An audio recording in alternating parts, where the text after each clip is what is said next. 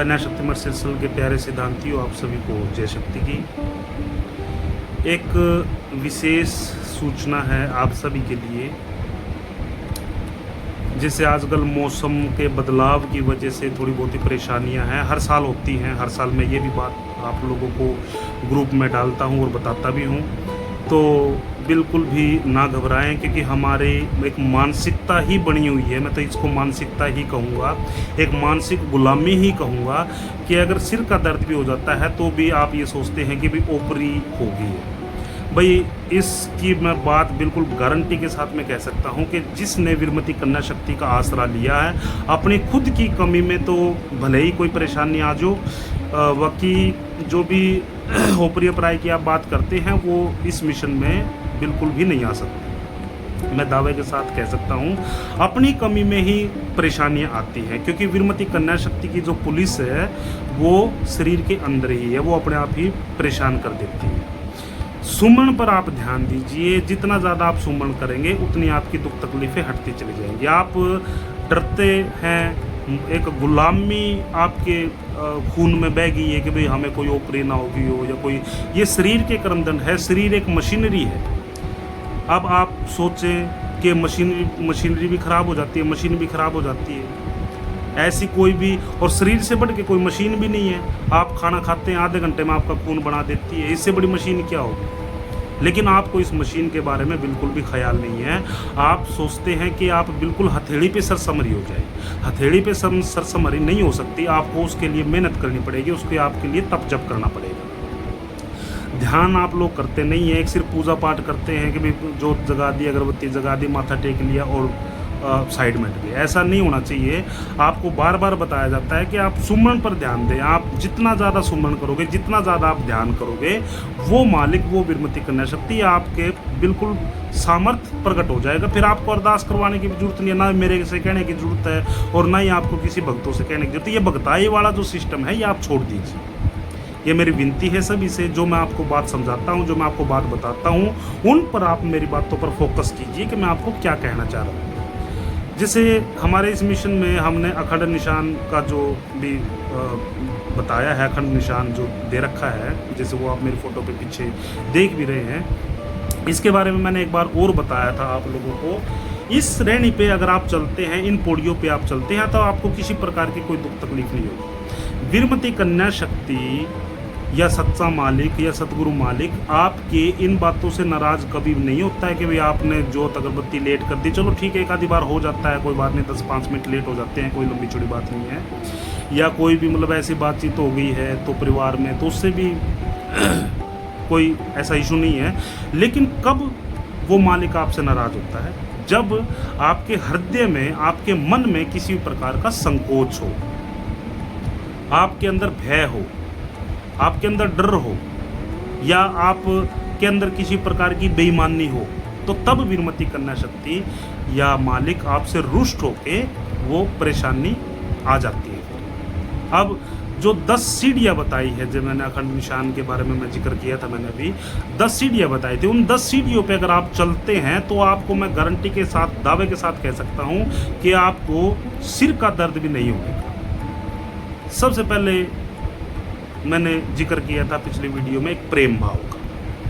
प्रेम भाव आपके अंदर कितना है, ये चीज़ मालिक बखूबी जानता है। क्या कहा है किसी ने, रति रति रति भर प्रेम पायो, प्रेम बिना हरि हाथ ना आए। जब तक हम अपने आप से प्रेम नहीं करते, अपने परिवार में प्रेम नहीं करते, अपने इष्ट से प्रेम नहीं करते, अपने परमात्मा से प्रेम नहीं करते, अपने आसपास की कायनात से प्रेम नहीं करते, तब तक हम अधूरे हैं। ना ही हमारे अंदर वो परमात्मा प्रकट हो सकता है, और ना ही हमें उस परमात्मा के दीदार हो सकते हैं, और ना ही कोई सुख शांति अनुभव हमें हो सकता है। अब बहुत से सिद्धांती तो ऐसे हैं कि जो अपने सुख तक सीमित हैं, और बहुत से ऐसे हैं कि जिन्हें मालिक का भी आसरा चाहिए, और बहुत से ऐसे हैं कि जिनको सुख शांति से कोई मतलब नहीं, उनको अपने सिर्फ परमात्मा से प्यार है। जो परमात्मा से प्यार कर रहे हैं उनके लिए तो वो कभी भी फ़ोन ऐसे नहीं करेंगे कि भाई हमारे ये तकलीफ़ होगी, ये तकलीफ़ होगी, वो नहीं करेंगे, क्योंकि उनको पता है कि ये सारे जो भी है कर्मदंड की बात है। ये कोई भी, चाहे नाम ले लो आप या ना ले लो, कोई फ़र्क नहीं पड़ता। आपके आस पड़ोस में भी देख लो कि नाम भी बहुत सौ ने नहीं ले रखा होगा, तो फिर भी तकलीफ़ है उनको। ये तकलीफें आना ये एक स्वाभाविक बात है, ये कोई लंबी चौड़ी बात नहीं है। ये बड़े बड़े संत महात्मा जिन्होंने अपना नाम दुनिया में कमा रखा है, जो भी पीर पैगंबर हुए, सबके साथ में दुख तकलीफें आई। तो हमें उस मालिक से, उस परम शक्ति से यही अरदास करनी चाहिए कि भाई कितनी भी दुख तकलीफ आ जाए उसको सहन करने की शक्ति आप हमें दो। हमें ये अरदास उस मालिक के सामने करनी चाहिए, क्योंकि कहा जाता है कि दुख में सुमरण सब करे, सुख में करे ना कोई, जो सुख में सुमरण करे तो दुख काहे को होए। अब जब दुख में सुमरण कर रहे हैं तो तब तो परमात्मा हमने याद कर लिया जब दुख आ गया, अब सुख आ रहा है तो परमात्मा को हम याद नहीं कर रहे, तो ये तो एक अनौपचारिक से बात होगी। दूसरी जो बात थी वो क्षमा की बात थी। अगर हमसे कोई भी बातचीत, किसी प्रकार की कोई बातचीत होगी, हमें क्षमा कर देनी चाहिए किसी दूसरे को। अगर कोई भी हमारे मन में या हमारे दिल में, हृदय में कोई भी ऐसी बातचीत हो तो हमें क्षमा कर देनी चाहिए। तीसरा, हमें अनुशासित रहना चाहिए। अनुशासन किस प्रकार से, हमें अपने आप के लिए अनुशासन बनाना पड़ेगा, हमें खुद के लिए अनुशासन, हमें खुद किसी को दिखाने की जरूरत नहीं है। और जो दिखा दिया तो फिर वहाँ पर क्या भक्ति है और क्या परमात्मा है। दिखावट तो है ही नहीं किसी भी चीज़ की। अगर कोई शो ही करवाना पड़ गया किसी चीज़ को, किसी को दिखावटी के तौर पे लेनी पड़ गई, तो वो तो मालिक तो हर एक बात को पकड़ता है, हर एक बात को जानता है। वो तो अनुशासन अपने लिए, कायदे कानून अपने लिए बनाएं, क्योंकि अपने आप को जितना आप बांधोगे उतने ही आप उस परम शक्ति को भी पाओगे, उतने ही सुख शांति होगी। यहाँ पर दो बातें हैं, सुख शांति भी हमने लेनी है और उस मालिक का भी दीदार करना है। तीसरा, चौथा, वैराग्य। हमारे अंदर वैराग्य की भावना होनी चाहिए, त्याग की नहीं, वैराग्य। वैराग्य क्या होता है कि अंदर से, अपने हृदय से उस मालिक के प्रति इतना प्रेम कि उसके बिना एक मिनट भी दिल ना लगे, उस परम शक्ति के बिना एक मिनट भी दिल ना लगे। महसूस करें कि खाना खा रहे हैं तो वो परम शक्ति, वो मालिक, वो खुदा, वो सतगुरु, वो गुरु आपके साथ में खाना खा रहा है। आप चल रहे हैं तो ये सोचे कि मेरा मालिक मेरे साथ में चल रहा है, मेरा रहबर मेरे साथ में चल रहा है। इस स्थिति को हम वैराग्य कहते हैं, अपने अंदर से तड़प पैदा करना उस मालिक के प्रति। उसके बाद में धैर्य नहीं है बिल्कुल भी। अगर धैर्य आ जाता है, धीरे धीरे रे मना धीरे सब कुछ होए, माली सींचे सो गड़ा ऋतु आए फल होए। धैर्य, जितना आप धैर्य धरेंगे, जितना आप धैर्य रखेंगे, क्योंकि मालिक परीक्षा लेता है। बड़े बड़े संतों की भी परीक्षा ली, बड़े बड़े भगवानों की परीक्षा ली है, तो हमारी भी परीक्षा चल सकती है। तो धैर्य से हमें उस मालिक का धन्यवाद करना चाहिए कि भाई आप जो भी परीक्षा ले रहे हैं तो मुझे इतनी आप ताकत दें कि मैं आपके इस परीक्षा में मैं पास हो पाऊँ। मन को डामाडोल करने की जरूरत नहीं है। अगर आप मन डामाडोल करते हैं तो आपका सदा ही मन डामाडोल रहेगा, आप कहीं पे भी संपूर्ण नहीं उतर पाएंगे। और ये चीज़ें आपको मिशन में भी बताई जाती हैं, आप दाएं बाएं भी सुनते हैं, समझते हैं। उसके बाद आता है तप। जप, तप करो, अपने शरीर का तप करें।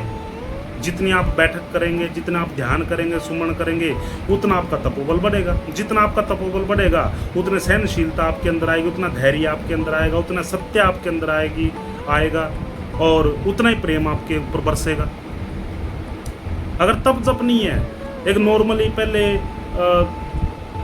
घूमना दे के और दिया जगा के हम ये पूजा पाठ करते थे, आज जोत अगरबत्ती जगा के कर रहे हैं और तप भी नहीं और जप भी नहीं है, फिर उसका फायदा क्या है। परमात्मा आपके घट के अंदर है, बाहर नहीं है। बाहर तो आपको सिर्फ एक माध्यम बताया गया है कि भाई इसके जरिए आपको परमात्मा मिल सकता है, आपको दीदार हो सकते हैं उस मालिक के। आपके घट के अंदर वास करता है। जो तिल में तेल है, जो चकमक में आग, तेरा साईं तुझ में है, जाग सके तो जाग। अगर जो जाग गया उसने उस परमात्मा को पा लिया, और जो सोता ही रहा, सिर्फ पूजा पाठ में ही, आडंबरों में ही उलझता रहा, तो उसका तो मुश्किल है। उसके बाद है आत्मबोध, अपने आप को जानना। आप वीरमती कन्या शक्ति को आप मानते हैं। एक चीज़ मानना और एक जानना, दोनों बातों में फ़र्क है। मानने के साथ साथ जानना भी बहुत ही आवश्यक है, और वो वीरमती कन्या शक्ति, वो सतगुरु मालिक, वो आपके अंदर ही है। जब तक आपको आत्मबोध नहीं होगा, तब तक आपको उस मालिक के दीदार भी नहीं हो पाएंगे। और जब लग आपको उस मालिक के दीदार नहीं होंगे, तब तक आपकी जो लक 84 का रास्ता है वो कैसे ख़त्म होगा। और लक 84 का रास्ता आपने ख़त्म करना ज़रूरी है, क्योंकि आप जब कभी भी धरती पर आएंगे तो आपको परेशानियों का सामना करना पड़ेगा। आप किसी भी रूप में आ जाए, चाहे वो कोई किसी भी प्रकार की आप योनि ले लें। तो ये बहुत सी बातें हैं, जो ये 10 पैड़ियाँ हैं, 10 सीढ़ियाँ हैं, जिन पर आप चलकर अपने आप के लिए एक उत्तम स्थान दे सकते हैं। और वीरमती कन्या शक्ति कैसे प्रकट होगी आपके अंदर, जब आप इन बातों पर चलेंगे। और जिस समय मालिक प्रकट हो गया, उस समय तो फिर मांगने की आवश्यकता ही नहीं है कुछ भी, वो खुद भी खुद पैदा कर देगा। और असल में तो आपकी इच्छा ही नहीं रहती, क्यों? आपकी तृप्ति इतनी हो जाती है, आपको संसारिक चीज़ों से कोई भी इच्छा नहीं रहती। ना ही आपको कोई पैसे की इच्छा रहेगी, ना ही कोई आपको पद प्रतिष्ठा की इच्छा रहेगी, ना ही कोई मान सम्मान की इच्छा रहेगी, क्योंकि आपके पास में वो खजाना आ गया कि जिस के सामने सारी दुनिया की दौलत फीकी। ये कुछ बातें ऐसी हैं जो आप लोगों को बहुत ही करनी जरूरी है। सबसे पहले आप अपने सुमरण भजन पर ध्यान दीजिए। जितना आप भजन करेंगे, जितना आप ध्यान करेंगे, उतना ही आप आगे बढ़ते चले जाएंगे। दूसरा, इस मिशन में कन्या शक्ति मठ सिरसल से संबंधित मैं कुछ आदेश भी मैंने दिए हैं, और मैं अरदास भी कर रहा हूँ, आप लोगों के समक्ष विनती भी कर रहा हूँ कि जितना ज़्यादा हो सके जो पुरुष हैं वो पुरुष मठ में आप समय दें, क्योंकि जो हमारी विचारधारा है वो विचारधारा पुरुष ही संभाल पाएंगे। नारी, हमारी जो बहन बेटियां हैं, हमारी माताएं हैं, वो घर के काम काज तक ही सीमित हैं। वो सिर्फ पूजा पाठ करके जो भी इस महान शक्ति से, इस परम शक्ति से जो भी अरदास वगैरह करनी है वो कर सकती हैं। लेकिन जो ये विचार हैं, जो हमारी विचारधारा है, इनको समझने के लिए जो पुरुष हैं उनकी बहुत ही आवश्यकता है। सभी को मेरी तरफ से जय श्री राम।